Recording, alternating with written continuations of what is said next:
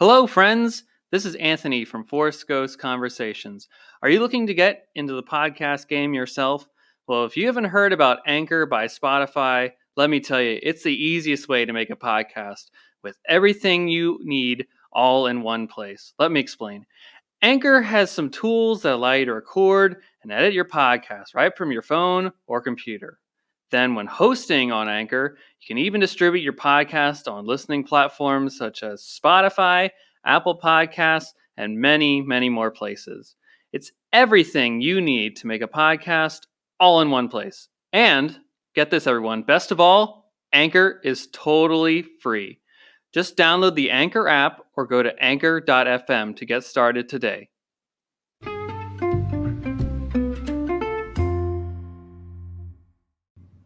Hello there. Welcome to this episode of Force Ghost Conversations. This is your host, Anthony King, and this week I'm going to take a deep dive look at part 6 of the Obi-Wan Kenobi series. Now, before we get started, I'm inviting you to join the conversation with us. We can be found on Twitter at Force Ghost Pod. You can also follow us on Facebook, Instagram, YouTube, and TikTok just by searching Force Ghost Conversations. Now, we look forward to connecting with you on those platforms. Also, please be sure to subscribe, rate, and review the podcast on your listening site of choice.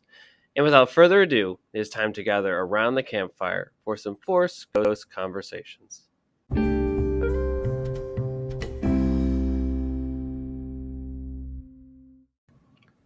Okay, ladies and gentlemen, welcome back to Force Ghost Conversations. And I'm going to pull back the curtain here a little bit for you and let you know that I did record this episode in advance. I will be doing some traveling this holiday weekend. It is the Independence Day holiday weekend here in the United States. So I will not be recording at my usual date and time, which means I don't know what news is coming out this week for Star Wars. So I can't necessarily do Cloud City Gossip this week because of that. So in the week following this episode, I will cover if any news does drop during the course of this past week when this episode is released. It will be covered in the next week's episode. So just be on the lookout for that. And with that, let's get into this epic Obi-Wan Kenobi series finale. Who knows at this point? Well, at this point in time, we just have to assume that this is the end, the proverbial bookend for the Obi-Wan Kenobi series. Let's just consider it the series finale at this point. So really, this is all about part 6. And let me tell you as well, I take my notes. I basically write my entire script for what I'm going to say in these types of podcasts when it's just kind of me soloing. And of all the episodes we've done this far, of all 37 of them, 38, wherever we're at this point, I don't know off the top of my head, this is the most amount of notes that I've ever taken, and rightfully so. I mean, this episode is phenomenal. It is probably some of the best Star Wars, in my opinion, that Disney has done in this era. It may be some of the best Star Wars in general. I mean, this is really, really a well-done episode, a well-done series. So many great themes and ideas and action points, plot bits, canon stuff. I mean, there's just so much. So, let's get into it all. I mean, come on, let's get into this fun stuff. Spoiler warning ahead for everything Obi-Wan Kenobi, right? Everything for parts 1 through 6, especially part 6 in a lot more detail. So if you haven't seen any of the Obi-Wan Kenobi series, pause the episode right now, go watch it on Disney Plus, and then come back to this episode right at this point here, because everything beyond this is fair game for spoilers. I will also let you know, too, that I still am somewhat recovering from COVID, so apologies if I sound super nasally at this point, or if I do cough, because that does happen from time to time because of, recovering from this illness.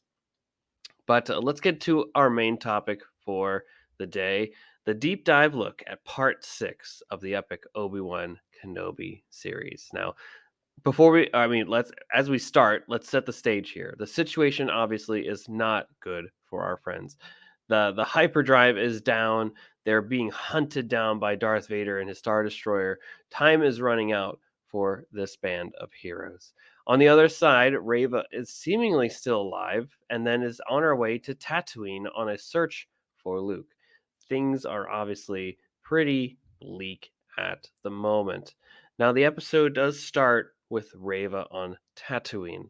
She's obviously survived her stabbing in part 5 and has made her way to the planet in search of Owen Lars. So she had that comm link with, or she had that connection with Owen Lars from part 1, as we saw, but I am not sure that she knows about how pivotal Luke truly is to the galaxy based on the limited transmission bit that she was able to gather from Obi-Wan's comlink.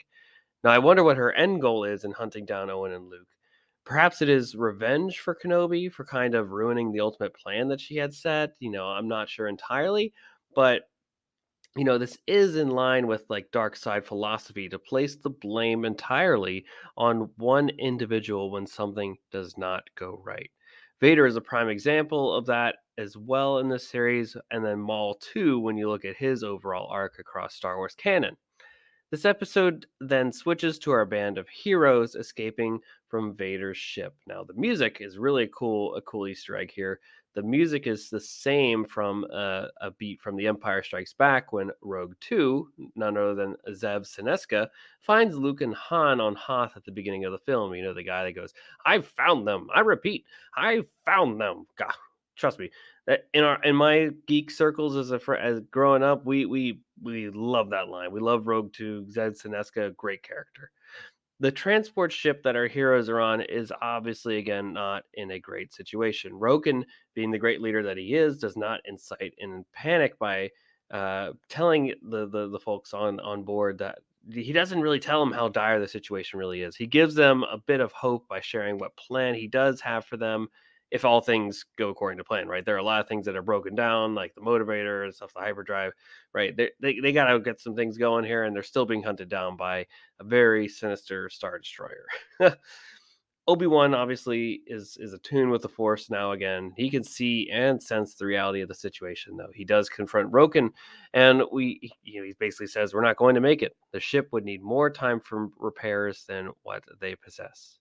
Obi-Wan himself makes a very selfless Jedi act in this moment, the self-sacrifice for the greater good. He has been inspired by Leia and the people surrounding him.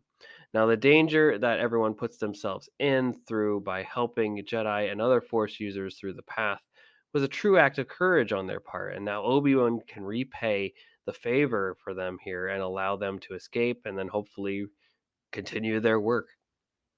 I absolutely lost it emotionally when Obi-Wan then says to everyone that, you are the future, right? They are the future. And then he looks exactly at Leia and says directly to her, "You are the future."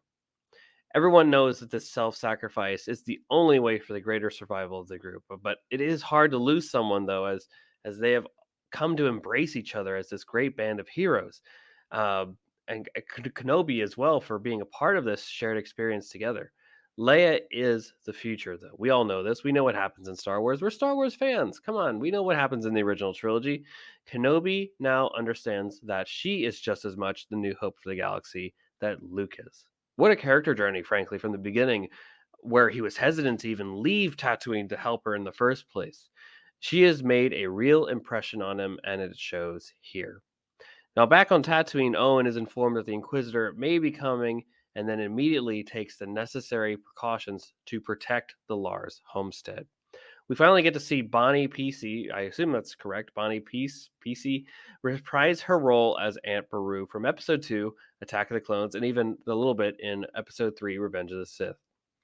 She goes into full battle mode, and I'm in full agreement with Aunt Beru that they have the advantage fighting in their own home. They can make the necessary preparations to defeat Reva because no one else is coming to help them. She is very defiant. "We're enough, you and me," she says right to Owen. She pulls out the blaster rifles that they will later use to stave off Reva, and wow, what a reintroduction to Aunt Beru.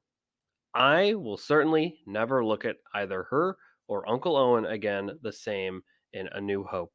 The lengths that they go to protect Luke is just heartwarming. They have truly accepted him as their own, and they are doing the best that they can to keep him safe and to prepare him for a good life. Their story here is empowering to real life examples of adopted parents and guardians, in my opinion. Now, on the ship, Obi-Wan gives Leia the blaster holder that Tala was carrying before her death. The one that had the markings for all the people that she helped escape through the path, right? The good that she was putting back into the world after she had to overcome the mistakes that she's made.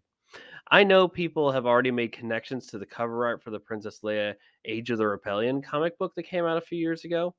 And in my head canon, that blaster holder is the same one here.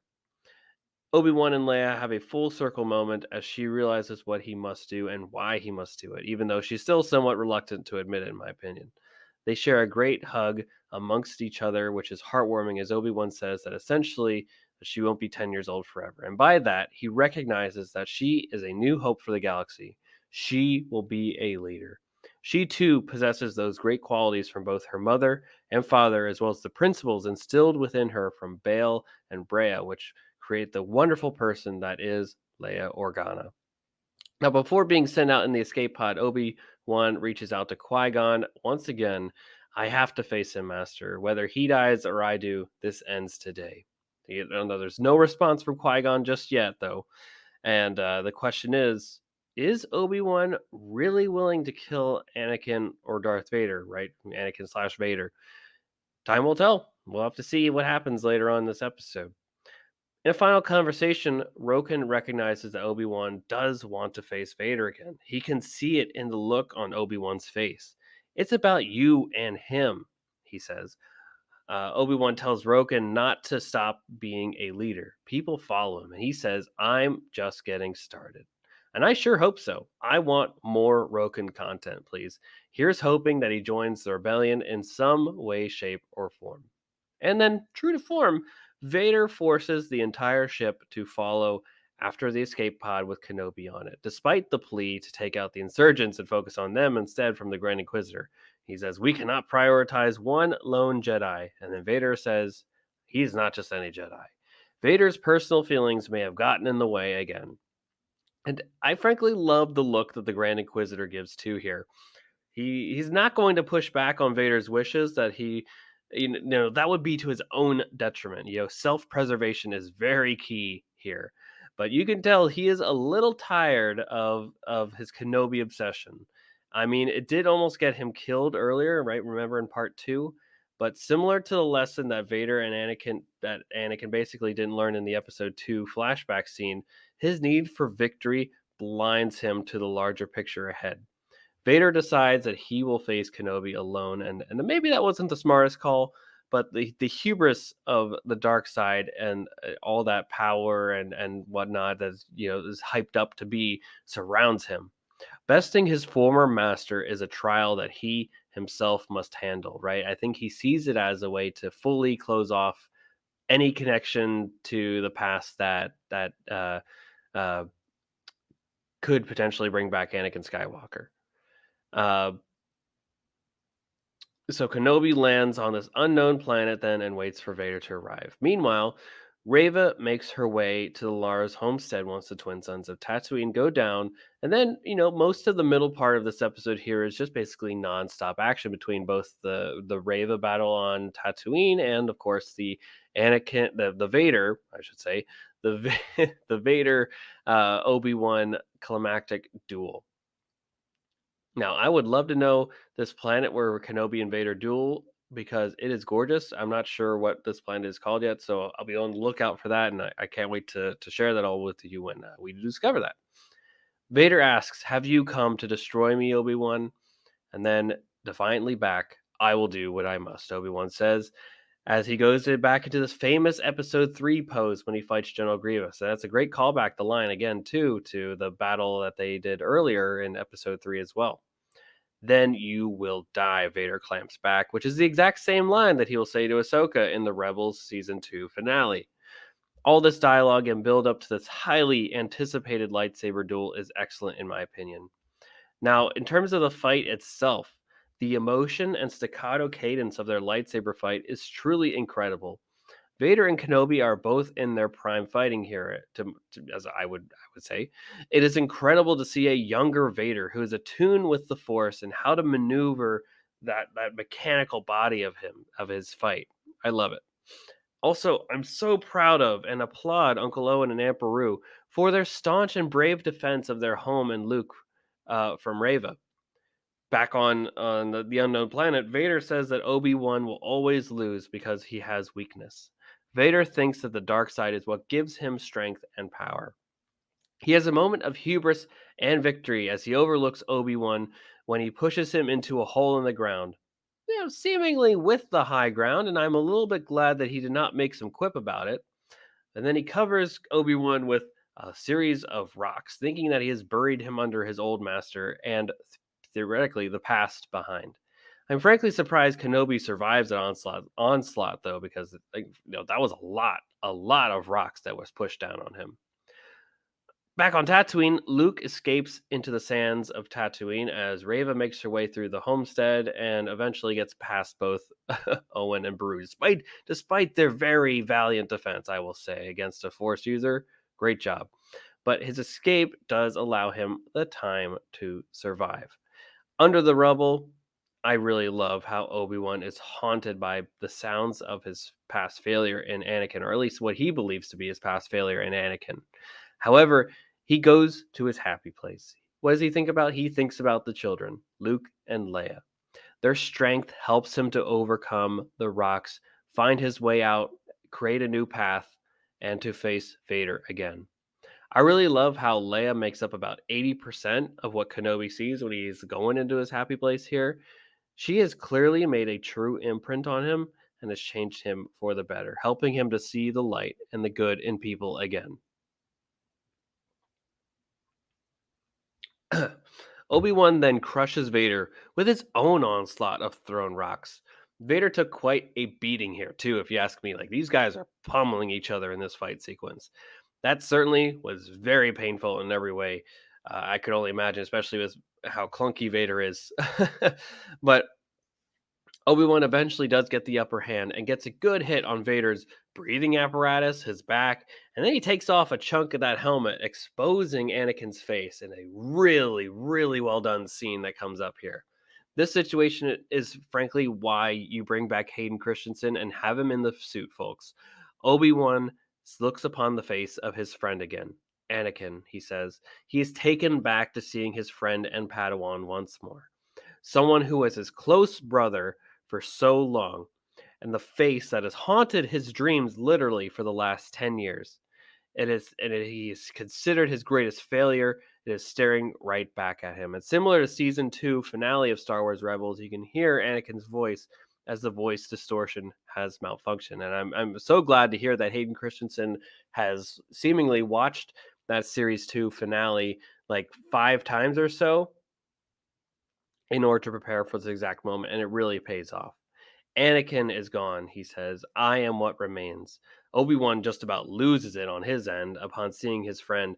I'm sorry, Anakin, for all of it. Obi-Wan can barely say. It's emotional for him, right? He's looking at this person again that he feels that he's wronged so much, and then Anakin says back, or Vader, I mean, it just depends on your point of view. I am not your failure, Obi-Wan. You did not kill Anakin Skywalker. I did. The same way I will destroy you. Now, in a way here, Anakin absolves Obi-Wan of the guilt that he has harbored all this time. Now, I don't think it was necessarily what it was intended here. I think it was a very, dark side-esque way of trying to one up him, like leaning in on that power and stuff like that. Like, I kill it, like he's owning up to it, right?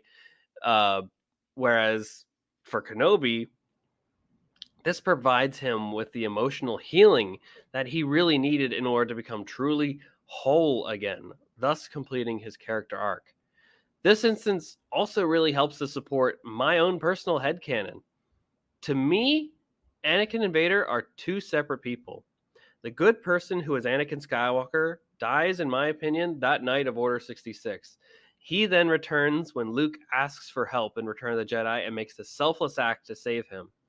I do think that he does return for maybe a quick second right here to say that he is not Obi-Wan's failure. I think that the eyes and the lighting showcase that. I mean, come on, frankly, how cool is the lightsaber juxtaposition here?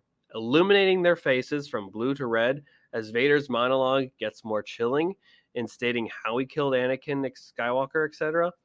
It's amazing stuff overall, and this scene may be one of my new favorites across the saga. Then my friend truly is dead. Goodbye, Darth. Obi-Wan retorts back to Vader, and it's almost like he pities Anakin / Vader here. The suffering of living is almost a worse punishment for Vader for what he did to Anakin than ending him. That's why he calls him Darth here. Obi-Wan recognizes that it is no longer Anakin within the shell of the being that remains.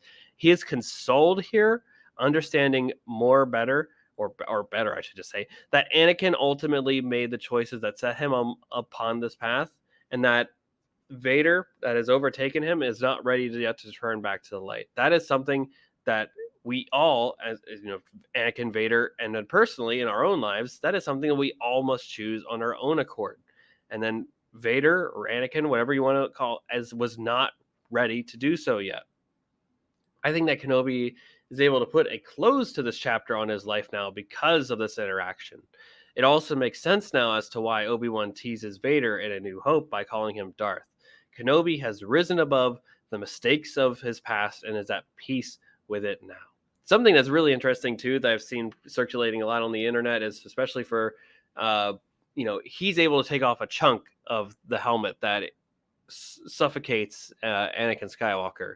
Ahsoka is able to take off another side of that chunk of his face, right?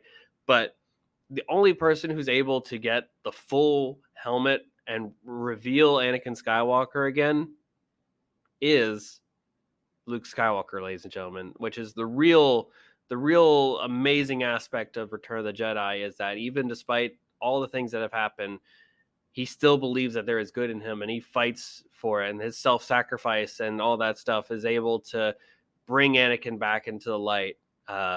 Just really wonderful stuff overall, but I just love the symbolic aspect of what, losing that piece of the helmet really does symbolize for the larger Star Wars canon when you think about it on a deeper level. So Vader, going back to the episode, he's more angry than ever now. And he is left in his own suffering and continues to push all the blame selfishly into Kenobi as he's left yelling out his name at the end of their duel. Now, as an aside, I really want to see someone do a mashup of Vader yelling at Obi-Wan with Maul's yelling from Star Wars Rebels. I think that would be really cool. Come on now. I think you're all hoping for this at home too. But the fight is not over yet, as Kenobi does sense that Luke is in trouble when he gets off of that whatever planet that is there. He goes into hyperspace on a fast track to Tatooine and lands right at the Lars homestead. But Luke is knocked out running away from Reva, who has him cornered. She tries to put an end to Luke, but she does at the last moment see herself in him, the way that Anakin did the same to her too the night of Order 66. Reva has a choice in front of her here. Apologies that I took a sip of water there. Doing a lot of talking here, so I need to keep the throat with some fresh water to keep going. Reva has a choice here. She can either continue the cycle of violence and hatred that created her, or she can choose to be something better. Reva brings the unharmed Luke back to Lars' homestead. She is clearly broken, but she made the right choice. Her arc is kind of similar to that of Vader and then later Ben Solo. However, she is alive. That's the difference between those other two characters. And what an interesting journey that is set out for her now. She has the freedom and the free will to do whatever she likes. Obi-Wan does console her a little bit here. She has this kind of breakdown and at the homestead as to kind of realizing what she's done, what is left for her, all these big questions that are facing this character at this moment in time. And Obi-Wan says back, "Who you become now, that is up to you." Obi-Wan consoles her. She will have to live with and face the consequences for her actions. And her future stories are super exciting to me, and they will serve as fresh avenues for Star Wars storytelling as time goes on. But really, at this moment, I wanted to say thank you to Deborah Chow and the Obi-Wan Kenobi creators for bringing Reva to life and for crafting her story. And let me just say, as the episode continues, thank goodness we get to see Vader's castle on Mustafar again. I love the design and overall meaning of that space, and I will always take more Vader's castle, whether it be a Lego special, whether it be a TV series, movie, more, more, more. Vader is on another Zoom call with none other than the Emperor himself, Sheev Palpatine, right?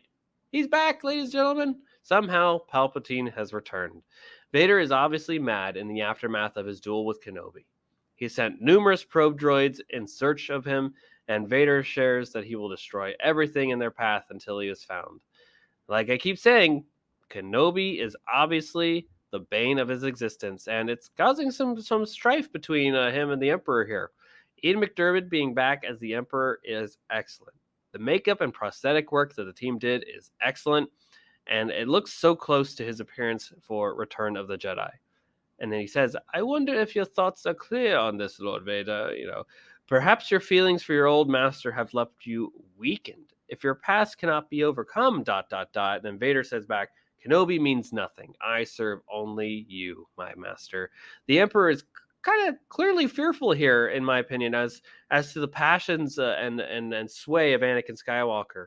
He worries that Kenobi or others from his past could potentially turn him back and then use Vader as a weapon against the Emperor.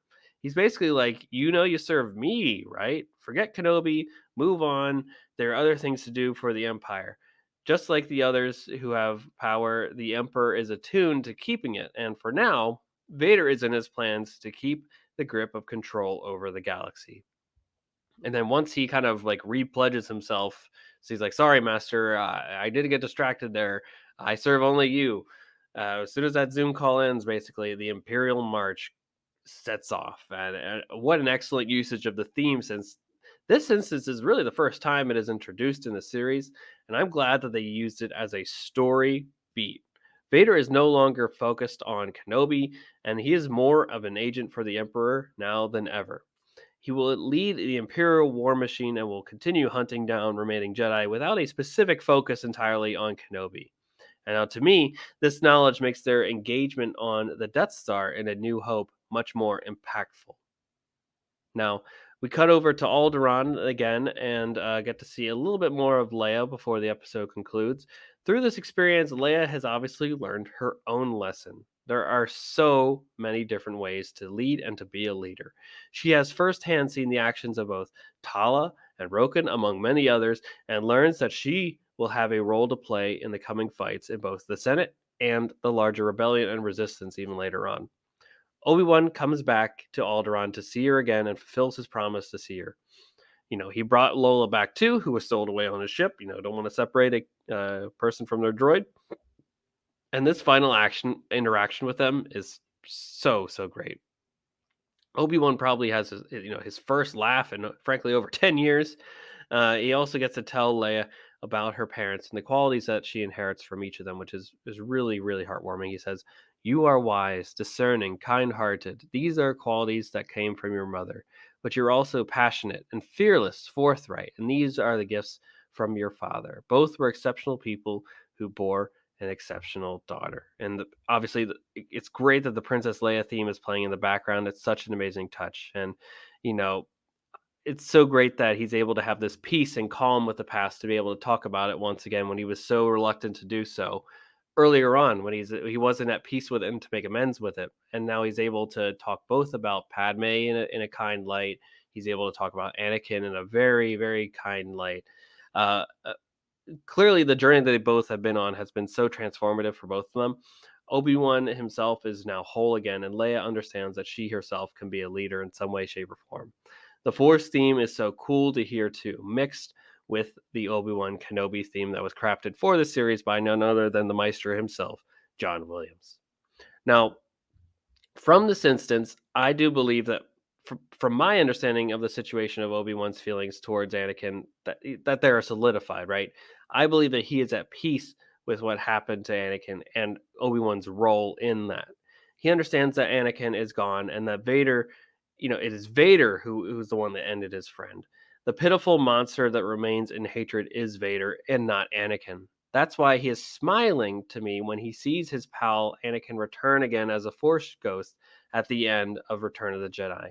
Now, this series has given so much more context to the aspects of both the prequel trilogy and the original trilogy that I will be consistently on the lookout for in future viewings. But I just love that, I'm always able to recontextualize things based off of what happens over the course of the new content that is released by Star Wars. And I'm very thankful for that.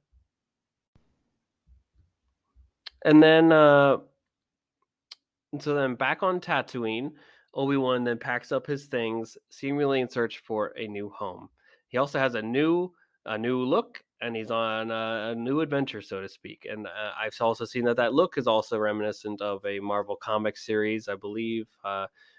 Star Wars number 15 or something like that. Don't quote me on that. You could probably search it on Google and get the correct comic line, but I do remember that. So just great to see that the canon's lining up there with what is their actual looks for these characters.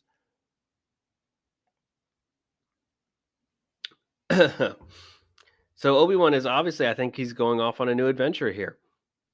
He recognizes that he does not need to be so staunchly overlooking after Luke. Luke needs to have the space to grow up and be a kid for the time being. The time will come when he needs to be trained, but for now, he is okay. He is safe. Owen and Beru will see to that, and they proved it definitely by fighting off an Inquisitor. As a renewed person again, Obi-Wan is free to set off again. Where does his journey go from here? That's a great question. However, wherever his journey takes him, he has a renewed faith in the Force, within himself, and within the people of the galaxy at large. He's no longer the frail, broken, and fearful person whom we saw at the beginning of the series. And then, Obi-Wan Uncle Owen allows Owen to meet Luke. He's already met him before when he handed off the baby, but you know what I mean, when he is able to actually say words to a person, they're able to recognize and have a conversation.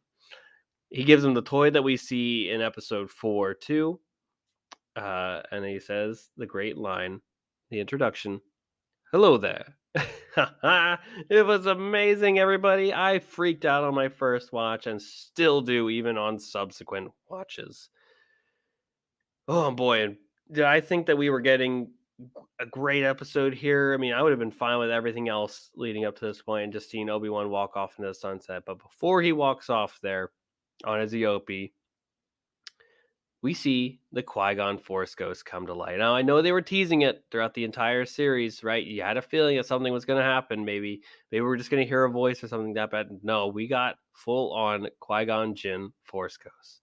And I cannot believe, frankly, that I got to see Liam Neeson back in the flesh as Qui-Gon Jinn all these years later.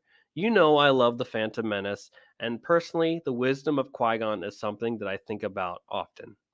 I did that whole episode on it a few weeks ago. Go check that out. Go re-listen to that one, as there's always great stuff to pull away from Qui-Gon's wisdom. He says, "Well, took you long enough." He has that great quip at him. "I was always here, Obi-Wan. You were just not ready to see. Come on, we've got a ways to go." So great to hear this two interacting again. And now that Obi-Wan is fully whole again, he is able to connect with the Force and his old master in a way that never before was deemed possible.